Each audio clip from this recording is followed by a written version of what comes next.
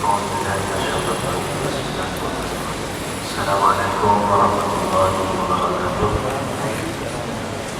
Alhamdulillahirabbil alamin wa bihi nasta'in ala umuri dunya waddin. Allahumma shalli wa sallim ala habibina Mustafa Muhammad sallallahu alaihi wasallam wa ala alihi wa ashabihi wa dhurriyyatihi wa tabi'in wa tabi'in lahum bi ihsan ila yaumil din. Amma ba'd. Muslimin dan muslimat yang dimuliakan oleh Allah Subhanahu wa taala.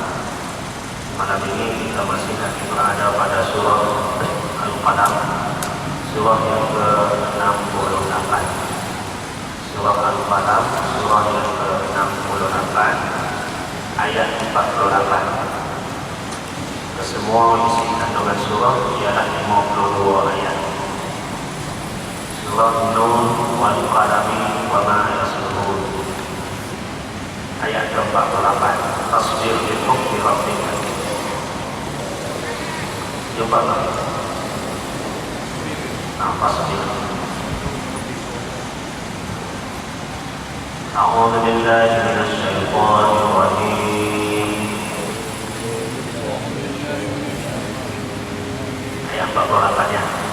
Ayat 48 surah Al-Qalam, surah yang ke-68. Bismillahirrahmanirrahim. Fasbir li hukmi rabbika wa la takun ka sahibil hut.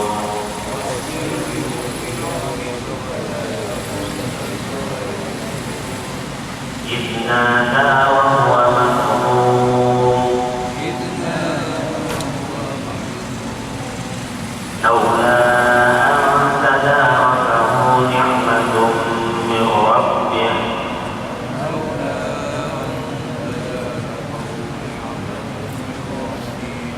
لنبذ بالعراء وهو مذموم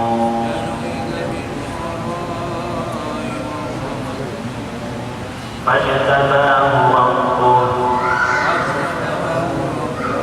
فجعله من الصالحين وإن يكاد الذين كفروا ليزلقونك بأبصارهم لما سمعوا الذكر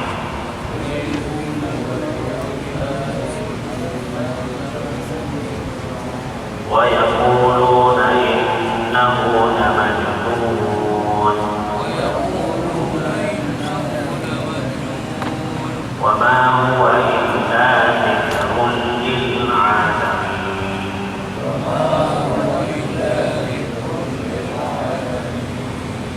Sadaqallahul azim. Sadaqallahul azim wa sadaqa rasulul karim wa nahnu ala dzalika syahidin. Muslimin dan muslimat yang dimuliakan Allah Subhanahu wa taala. Malam ini kita mau tafsir ayat yang ke-48 sehingga ayat yang terakhir 52 surah Al-Qalam yang berbunyi Fasbir li hukmi rabbika. Maka bersabarlah wahai Muhammad terhadap hukum ketetapan Tuhan kau. Ayat ini dan ayat yang seterusnya secara umumnya Allah Subhanahu wa taala memerintahkan Nabi kita Muhammad sallallahu alaihi wasallam supaya bersabar. Dan Allah bagi peringatan dengan Al-Quran. Dan dengan Al-Quran itulah menyebabkan orang kafir menganggap Nabi sallallahu alaihi wasallam seorang yang benar-benar gila disebabkan Al-Quran. Jadi ayat ini bermula dengan Allah menyebut Fasbir, maka bersabarlah wahai Muhammad bi hukmi rabbik, terhadap hukum ataupun ketetapan daripada Allah Subhanahu wa taala. Wala takun ka sahibil hut, janganlah engkau menjadi seperti Sahibul Hud, yaitu Nabi Yunus bin Matta alaihissalam, sahib pemilik al-Hud, ikan Hud ataupun ikan nun, ataupun kita panggil sebagai ikan paus, ikan yang besar yang telan Nabi Yunus alaihissalam semasa baginda dicampurkan ke laut ataupun dibuang ke laut. Maka Allah Subhanahu wa taala memerintahkan Nabi sallallahu alaihi wasallam supaya bersabar. Wahai Muhammad, bersabarlah engkau terhadap ketentuan Tuhanmu dan hukum daripada Allah Subhanahu wa taala, dan juga ketentuan yang Allah takdirkan pada kaum musyrikin Mekah. Maknanya dakwah yang Nabi bawa kepada kaum musyrikin Mekah, dan musyrikin Mekah tidak menerima dakwah yang dibawa oleh Rasulullah sallallahu alaihi wasallam, ditakdirkan kaum musyrikin Mekah tidak menerima, maka Allah perintahkan kepada Nabi, wahai Muhammad, engkau bersabarlah di atas penderitaan yang engkau tanggung hasil daripada tindak tanduk kaum kafir Quraisy yang mendustakan apa yang engkau bawa. Dan bagi engkaunya, wahai Muhammad, hendaklah engkau meneruskan dakwahmu, menyeru manusia kepada agama yang benar, walaupun mendapat cacian dan juga makian ataupun penderitaan yang terpaksa engkau tanggung. Dan Allah menjanjikan bahawa penghujung sekali kemenangan itu milik engkau, wahai Muhammad, dan juga milik pengikut-pengikutmu. Kejayaan sama ada di dunia maupun di akhirat. Ini janji Allah Subhanahu wa taala. Bila Allah perintahkan Nabi bersabar, kemudian Allah bagi tahu Nabi, jangan engkau jadi, wahai Muhammad, seperti mana perlakuan yang berlaku kepada Yunus alaihissalam, ataupun kita panggil sebagai Nabi Yunus, Nabi Yunus bin Matta. Kenapa ataupun apa yang berlaku kepada Nabi Yunus? Ialah Nabi Yunus dia seorang Nabi yang berdakwah, disebut di dalam kitab tafsir lebih kurang 3 tahun baginda berdakwah, menyeru kaum dia beriman kepada Allah Subhanahu wa taala. Dalam tempoh 3 tahun itu hanya ada 2 orang sahaja yang beriman kepada Nabi Yunus alaihissalam. Maknanya tak boleh, walaupun dakwah Nabi betul, memang tidak heran walaupun manusia ramai tidak beriman kepada dakwah yang dibawa oleh Nabi Yunus. Memang betul mengajak manusia kepada kebenaran, mengajak manusia menyembah Allah Subhanahu wa taala. Sebab itu jangan kita heran betul-betul dia berkon betul lah. Kita mengajar ataupun ustaz-ustaz mengajar di masjid selama 45 tahun dah. Sebanyak ini dia yang ada di masjid. Jangan boleh. Walaupun menerima benda bagus. Adapun ustaz mengajar mengaji 10 tahun dah mengajar 5 orang saja yang belajar mengaji dengan dia. 10 tahun mengajar, 5 orang belajar. Jangan kita heran, kerana itu adalah takdir Allah Subhanahu wa taala. Sebab itulah ustaz-ustaz yang bagus, walaupun anak murid belajar dengan dia 3 orang pun dia tetap meneruskan dakwah yang disampaikan kepadanya, kemudian dia pula sampaikan kepada orang lain. Itulah kesinambungan, walaupun benda baik betul. Tapi kalau benda kurang baik, ramai pula sambutannya begitu tinggi di sisi masyarakat. Ini tidak menjadi satu keheranan, sebab zaman Nabi dulu-dulu pun walaupun apa yang dibawa oleh Nabi itu adalah terbaik, tapi begitulah keadaan seperti mana yang berlaku kepada Nabi Yunus bin Matta. Jadi Nabi Yunus ini, bila keadaan kaumnya begitu teruk, maka Allah Subhanahu wa taala suruh dia sebarkan lagi, dakwah lagi kepada kaum-kaum. Jadi sekiranya dalam masa 40 hari mereka tidak juga beriman kepada Nabi Yunus, maka Allah akan menurunkan bala kepada mereka. Jadi oleh kerana mereka tidak beriman juga, maka Nabi Yunus betul Nabi Yunus sedih betul. Disebut di sini mamlu'an ghairan wa ghamman ala qaumi. Hati Nabi Yunus ini sangat marah kepada kaum dia. Apalah tak beriman betul-betul kepada Allah Subhanahu wa taala. Sedangkan benda ini benda yang betul. Maknanya hati Nabi Yunus memang terasa marah kepada kaum dia. Jadi Allah perintahkan kepada Nabi Muhammad, jangan engkau marah betul-betul marah sampai besar seperti mana yang berlaku pada Nabi Yunus. Wa ghamman, dan juga sedih. Nak marah pun ada, sedih pun ada. Dakwah yang disampaikan walaupun baik masih lagi tidak diterima oleh kaum. Dikatakan Nabi Yunus ini diutuskan kepada 100,000 umat.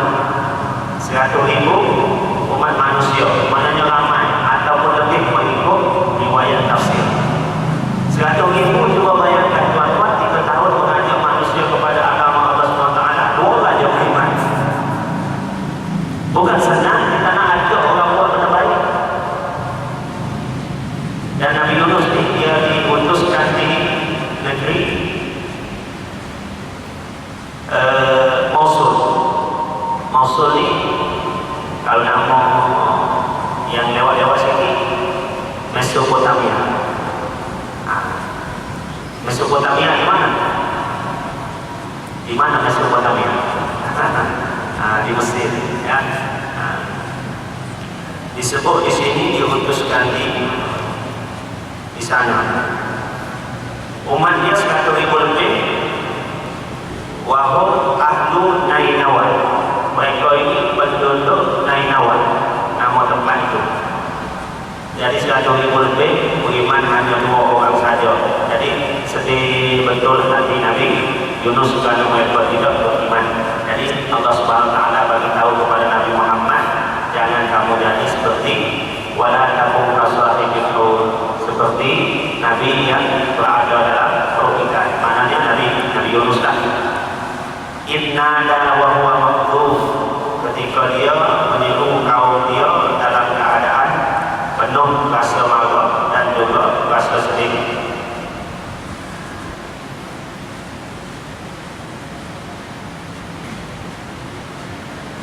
Bila begitu, ketika mana Nabi Yunus sedih, Nabi Yunus meninggalkan kampung dia dan dia naik kapal. Kemudian mereka cerita, tahulah cerita Nabi Yunus kan, naik kapal, kemudian Yahudi siapa yang terpaksa dibuang ke laut. Kemudian bila Yahudi kenal lagi bilik Nabi Yunus. Jadi Nabi Yunus terpaksa dibuang ke laut. Kemudian bila dibuang ke laut, ditelan oleh ikan paus, kita panggil ikan nun ataupun ikan hud disebut juga.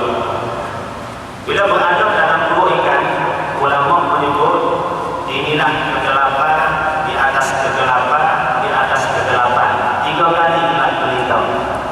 Pertama, gelap kerana berada dalam perut ikan. Besar tuan-tuan ikan ni, kalau boleh telan manusia, kemudian hidup beberapa lama dalam perut ikan dengan rahmat daripada Allah SWT, kemudian dimusnahkan oleh ikan ini terdampar di tepi pantai. Dan ulama sebut kegelapan di atas kegelapan di atas kegelapan ini pertama sekali kegelapan berada dalam perut ikan paus. Yang kedua, malam dengan siang sama, kita berada dalam perut ikan ni gelap. Gelap waktu malam lagi. Siang kita kata cerah, tapi dalam laut tuan-tuan. Jadi gelap perut ikan satu ditambah dengan gelap malam lagi, ditambah lagi dengan kegelapan lautan tadi. Jadi kegelapan di atas kegelapan di atas kegelapan. Tapi apa yang menyebabkan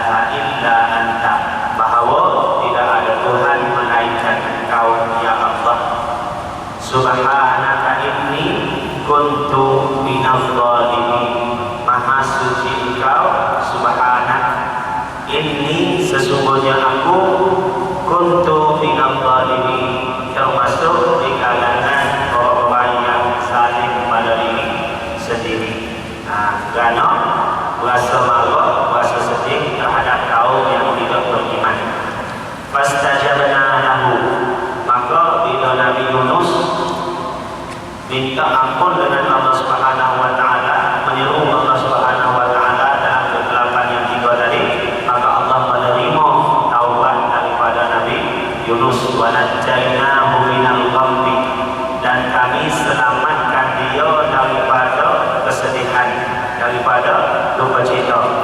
Wa kadzalika nunjil mu'minin, dan demikianlah kami selamatkan orang-orang yang beriman kepada Allah Subhanahu wa taala. Ini keadaan di mana Allah Subhanahu wa taala kata, wahai Nabi Muhammad, wahai Muhammad, sabarlah kamu terhadap ketentuan takdir yang telah Allah Subhanahu wa taala takdirkan.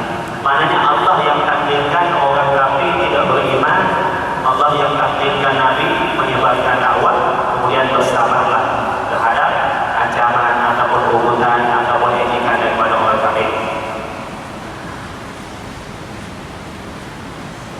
Maknanya di sini Allah menafikan apa yang ada pada Nabi Muhammad sallallahu alaihi wasallam. Perasaan Nabi tidak sama dengan perasaan yang ada pada Nabi Yunus. Nabi Yunus ada sedikit malu, tapi Nabi bersabar. Allah perintahkan Nabi bersabar di atas ujian yang Allah timpakan. Ayat yang seterusnya, laula an tadarakahu ni'matun min rabbik, kalaulah tidak kerana tadarakahu, apa artinya ini? Laula an tadarakahu min ni'matin, nikmatun min rabbik, kalaulah tidak kerana segera nikmat daripada Tuhanmu, Tuhannya, lalu bisa bil arab, nescaya kami akan campurkan ke tanah yang tandus. Tanah tandus ini tanaman pun tak ada, pokok-pokok pun tak ada, air pun tak ada, hidup pun susah. Maknanya kalau bukan rahmat daripada Allah Subhanahu wa taala, Allah akan hantar ikan paus tadi yang telan Nabi Yunus, muntahkan Nabi Yunus ke satu tempat yang tandus yang tak ada apa-apa. Tapi oleh kerana rahmat Allah Subhanahu wa taala, dicampurkan ke tepi pantai yang ada sesuatu yang menyebabkan Nabi Yunus boleh berdikari, tak jadi masalah untuk hidup.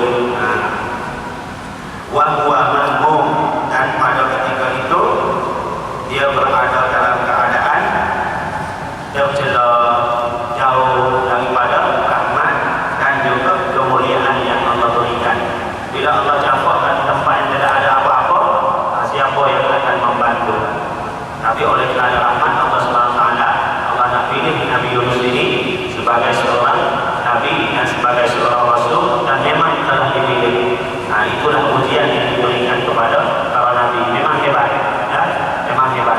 Sebut saja Nabi, ujiannya memang hebat. Apatah lagi Nabi Yunus ini adalah seorang Nabi dan juga seorang Rasul.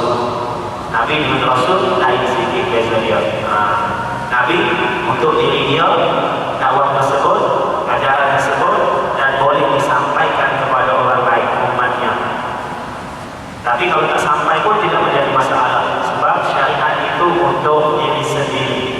Nak sampaikan kepada orang lain boleh. Tapi kalau Rasul, syariat itu untuk dirinya dan wajib disampaikan kepada orang lain, iaitu umatnya. Maknanya Nabi tidak semestinya memiliki umat yang dipimpin. Bila dia sampaikan ajarannya, dia memiliki umat. Bila dia tidak sampaikan ajarannya, bukan satu kewajiban baginya. Nabi. Tapi bagi Rasul, dia wajib ada umat yang dipimpin, kerana ajarannya untuk dirinya dan juga wajib disampaikan kepada orang lain. Cuma kita orang Melayu, Rasul pun kita pada Nabi. Nabi apa? Nabi Muhammad. Nabi apa? Nabi Sulaiman. Sebenarnya itu adalah Nabi dan juga Rasul, bukan semata-mata Nabi.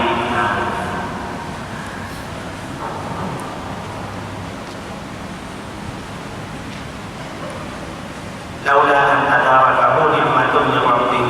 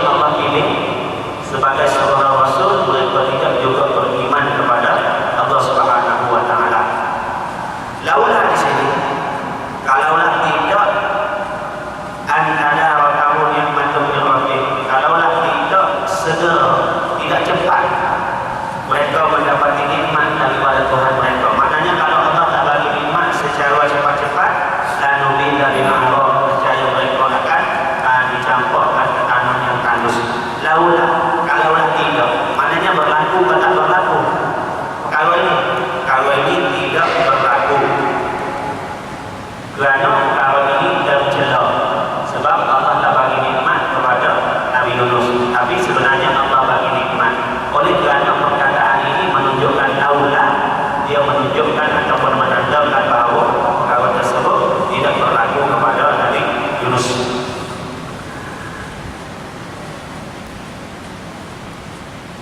Fajtarahu rabbuhu faja'alahu minas shalihin.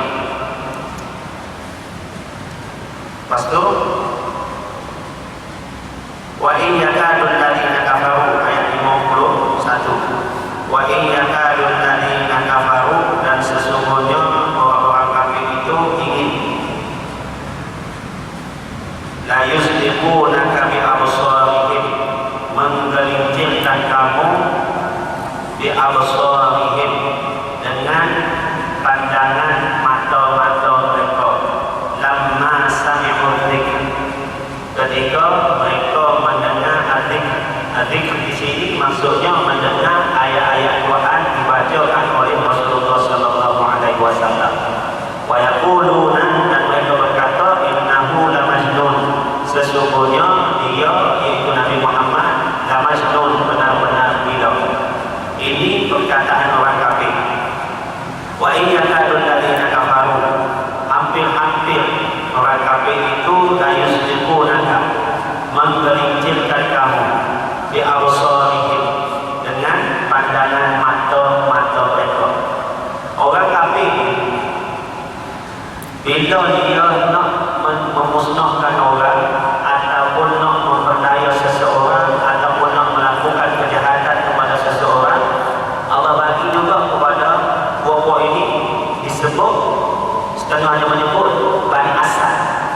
Ada jenis manusia dari kalangan Bani Asad ini nak buat khianat kepada orang lain. Dia tengok, dia tenung dengan mata, menyebabkan orang yang ditenung itu sama ada sakit ataupun terjatuh. Ini dipanggil pandangan mata, yang Nabi SAW minta jauh daripada ainin, daripada renungan ataupun tenungan mata yang memang jahat, untuk menjadikan manusia musnah dengan sebab renungan mata tersebut. Jadi ada orang tenung kitab tak boleh tengok, tapi orang kita tenung begitu je, tak ada dalamannya. Tapi setengah yang belajar ada. Ini ilmu yang tidak hidup. Di kalangan orang kafir ada juga Bani Asad yang begitu. Jadi Allah SWT sebut orang kafir mereka memang memusuhi Nabi SAW, dan mereka bila permusuhan mereka menjadi lebih dahsyat, lebih teruk, bila Nabi baca Al-Quran mereka sakit hati betul. Jadi permusuhan ini berlaku, keadaan biasa berlaku kerana Nabi mengajak mereka beriman, mereka tak mau beriman. Tapi bila Nabi bacakan wahyu-wahyu ini menyebabkan mereka kadang-kadang kalah, tak boleh nak berhujah, tak boleh nak jawab, hati marah. Jadi mereka kalau bahasa kita, renungan ini kalau dalam ayat Quran ini ayusliqunaka, sehingga kan menyebabkan bila mereka tenung Nabi boleh tergelincir, seolah-olah begitu. Bila tenung boleh jatuh. Kalau bahasa kita tenung marah, memang marah betul, orang kata macam mau telan orang. Tengok sampai mau telan. Marah betul ni. Orang kafir ini tenung sampai hampir-hampir menjatuhkan Nabi SAW. Itu perasaan bencinya, hasad dengkinya, perasaan marahnya yang ada pada orang kafir terhadap Rasulullah SAW, sampai begitu sekali. Bila tengok nama-nama macam nak telan, kemudian sebut wa yaqulun, dan mereka berkata wa innahu la majnun, sesungguhnya dia Muhammad ini memang betul-betul gila. Logik atau logik?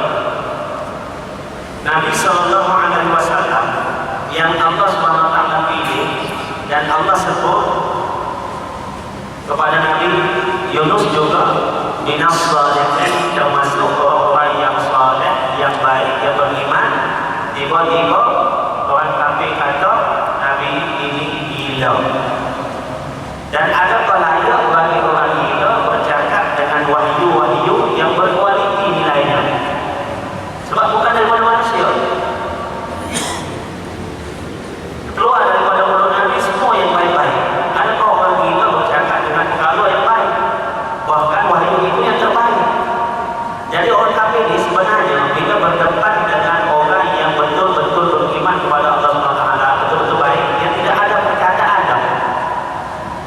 yang boleh dia tuduh, yang boleh dia tampang, kecuali kita tukang sihir, tukang nunjuk. Inilah yang dikatakan kepada Nabi SAW. Kerana mereka nak lawan, tak boleh lawan. Jadi mereka tuduh macam-macam. Jadi mereka marah kepada Nabi seolah-olah mereka tengok pandang penuh supaya Nabi jatuh. Perbuatan begitu ada berlaku di kalangan buah-buah Arab. Jadi Nabi juga ajar kita supaya berdoa daripada pandangan mata yang jahat, disebut sebagai ain. Dan Nabi doa dengan supaya tidak berlaku pandangan mata daripada Nabi SAW sebelum turunnya surah An-Nas, sebelum turunnya surah Al-Falaq yang kita sebut dulu surah Al-Mu'awwidhatan, dua perlindungan. Tapi bila turunnya dua perlindungan ini, maka Nabi berdoa, Nabi minta perlindungan dengan Allah SWT daripada pandangan manusia yang nak mengkhianati Nabi SAW. Dengan dua surah ini yang baca surah Qul a'udzu birabbil falaq dan juga Qul a'udzu birabbin nas. Niat.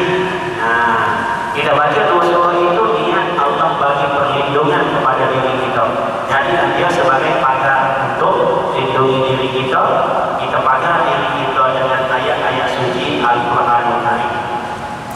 Wa in yakadu alladziina kafaru la yusbiqunaka bi absarihim lamma sami'u dzikr wa yaquluna innahu lamajnun.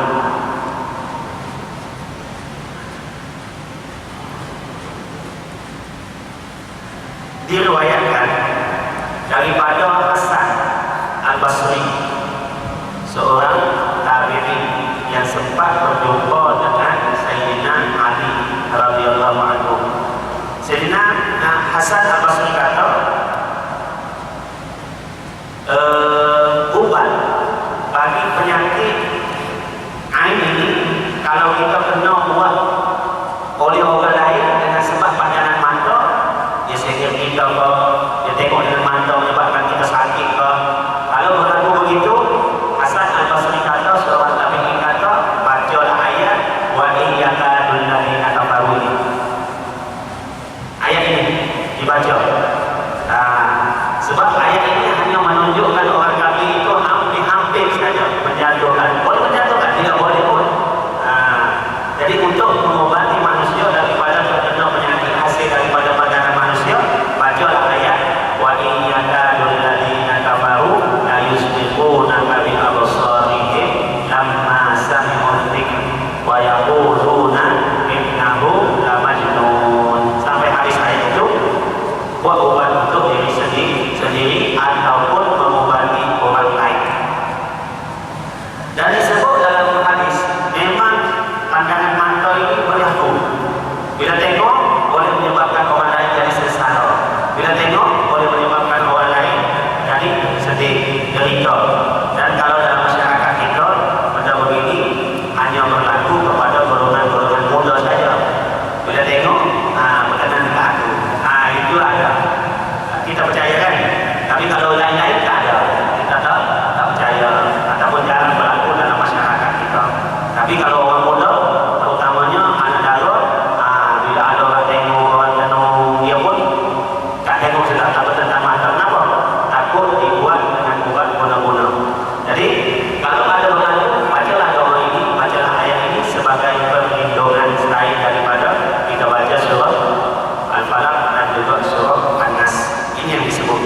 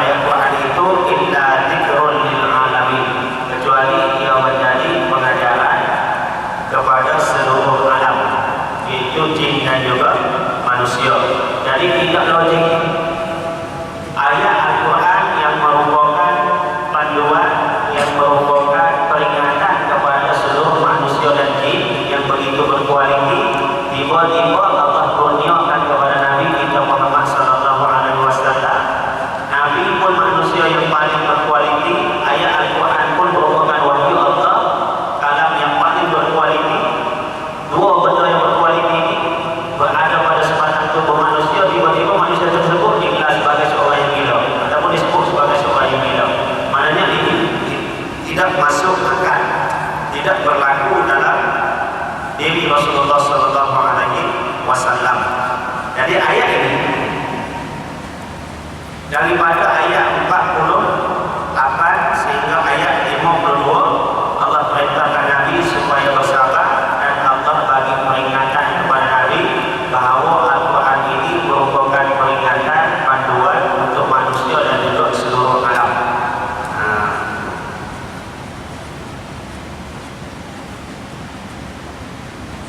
Jadi habis dari situ nak masuk surah baru ataupun nak berhenti di sini. Masuk ada beberapa minit saja. Boleh tak kan? Harus sambung pun sikit betul. Pembukaan isi kandungan dia. Boleh tak kan kita berhenti? Dibanding sikit sebab ayatnya pun lah sudah 52 dan surah Al-Haqqah ayatnya juga 52 ayat juga lebih kuat dengan surah Al-Falaq. Jadi insyaAllah pada minggu seterusnya kita baca surah Al-Haqqah, surah Makkiyah juga. Surah Makkiyah ini cerita pasal iman saja, cerita pasal akhlak saja.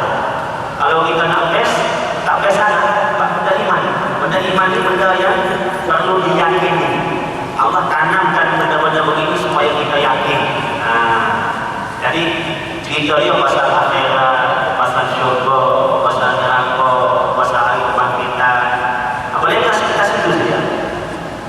Termasuk juga surah Al-Haqqah yang akan kita baca pada minggu depan. Jadi aku lupa oleh Allah.